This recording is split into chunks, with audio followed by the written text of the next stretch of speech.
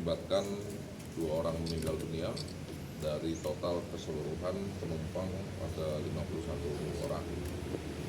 Di mana kronologis kejadian tersebut bis pariwisata baru saja kembali mengantarkan rombongan setelah berlibur di Yogyakarta. Menurut keterangan sopir, baru saja kembali dari Malioboro, kemudian akan kembali ke Malang.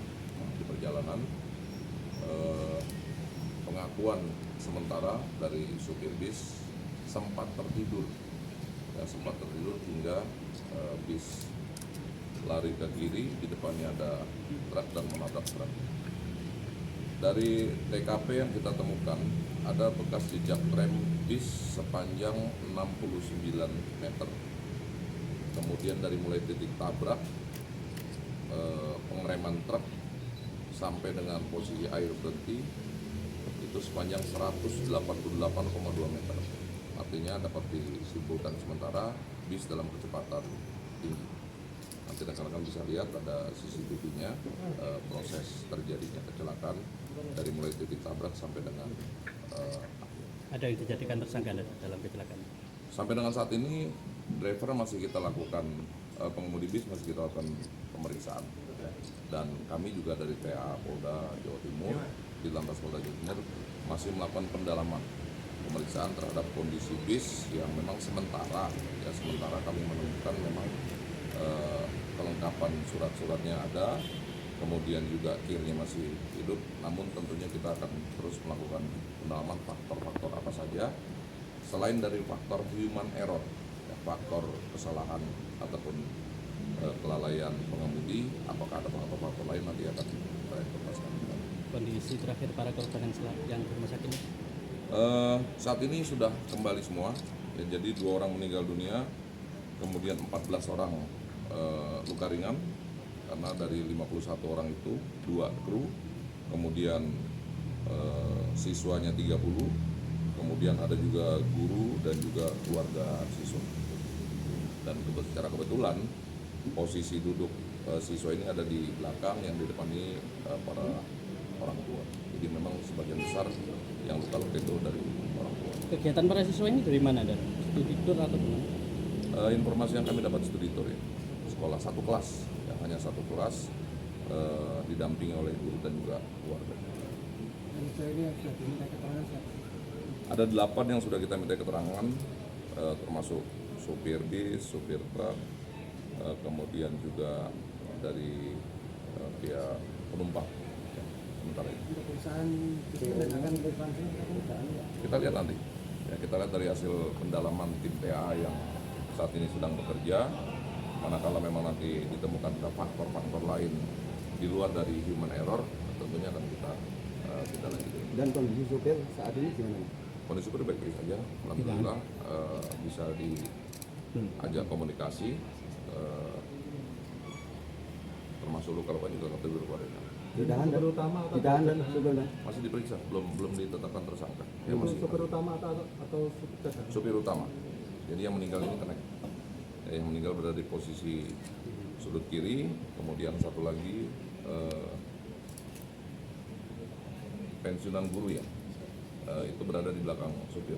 Itu terkena benturan besi, dampak dari tabrakan dengan truk.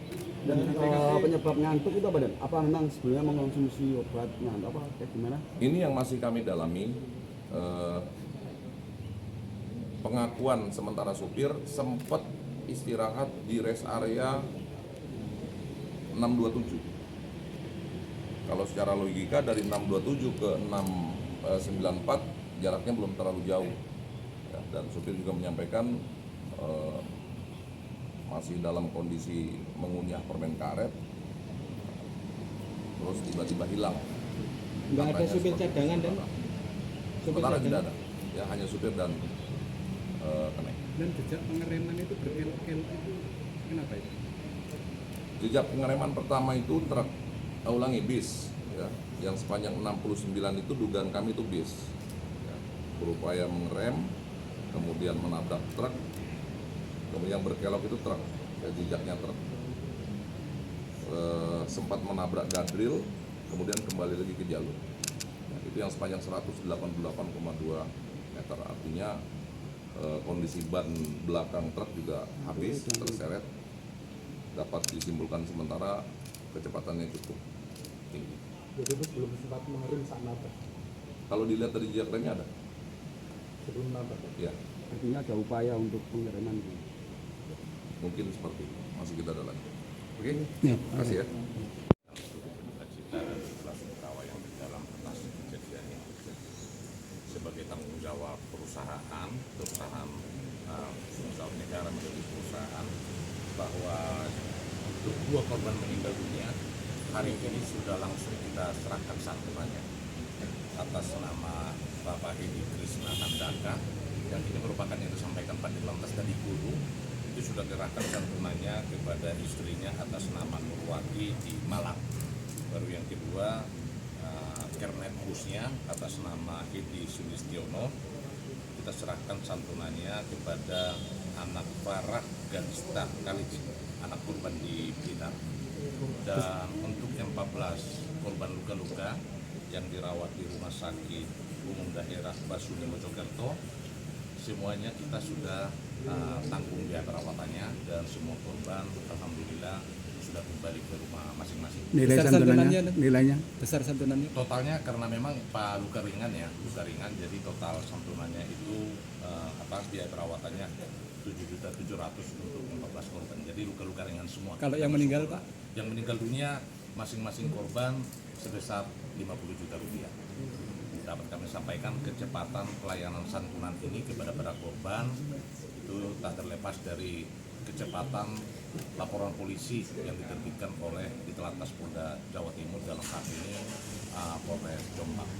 Itu mungkin yang bisa kami sampaikan. Mudah-mudahan bermanfaat santunan yang diberikan kepada para ahli korban sebagai bentuk kehadiran negara buat warga yang mengalami musibah kecelakaan, bermanfaat, dan para keluarga diberikan ketabahan dan kekuatan. Pak izin namanya Pak Tamrin lengkapnya. Nama saya Tamrin Silalahi. sebagai Saya Kepala PT Jasar Harja Cabang Utama Jawa Timur. Siap.